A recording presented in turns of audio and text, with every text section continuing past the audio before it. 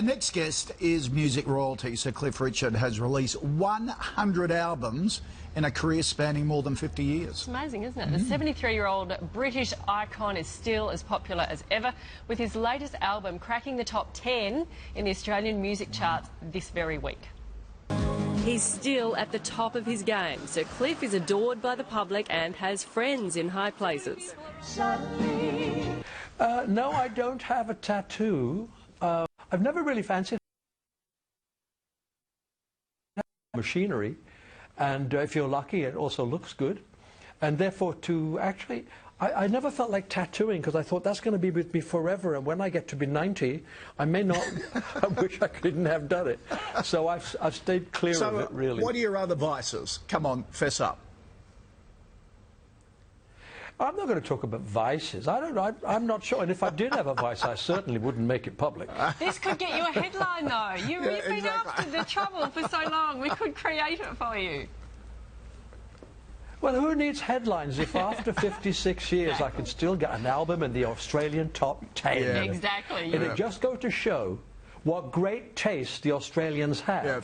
And of course, if it gets to #1, you'll really prove it. Exactly. So there are a lot of, young artists like Justin Bieber and Miley Cyrus who seem to get into trouble very, very quickly. Why do you think that is nowadays? What advice would you give? It's hard to tell, really, without knowing them. I've never met either of them. I've seen them performing. To me, they seem to be really good performers. When these youngsters come up in front of us these days, they can sing, they can dance, they can act, they play instruments. We never could do any of those things. When the Shadows and I started, we kind of came from nowhere, and we had to learn everything as we went along, and it was a different kind of world then. But I do think that we had people that loved us enough to give us really great advice, to be able to say, no, don't do that. I don't think that would work. You shouldn't do that. I just hope that they grow out of this, because they really are good performers, and it would be a shame if they ruined what could be a very long career by doing the wrong things now. Yep, absolutely.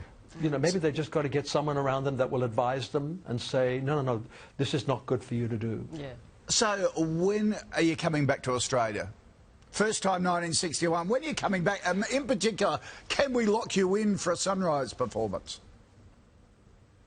Listen, if you can certainly lock me in, but I couldn't tell you when, because it seems like only yesterday that we're there. The tour that I'm doing now in Europe, by the way, I'm not in London, I'm in Dublin, Ireland. I've been rehearsing here, and we start our tour next week in Hamburg, and then go to Berlin and Oberhausen, and I'll be all around Europe. But this tour started, it's exactly the show that I did when I was in Sydney, Melbourne, Adelaide, Newcastle, Perth, and in New Zealand too. And so it's the same tour, so it feels to me as though it was just yesterday that we were, because only today with my band at rehearsals we were all talking about what it was like when we did this first in Australia, and we were talking about it as though it was last week. Glad to hear we saw. We leave a couple of years. Yeah, glad to hear we saw it first, and we wish you well on the current tour. Thank you very much for joining us, and congratulations again. Sir Cliff Richard's Thank you so much. I appreciate it. Thank you. The fabulous rock and roll songbook is out now. If you haven't bought your mum a Mother's Day gift yet, I reckon this could be it. He's a legend, isn't he? Yeah, completely.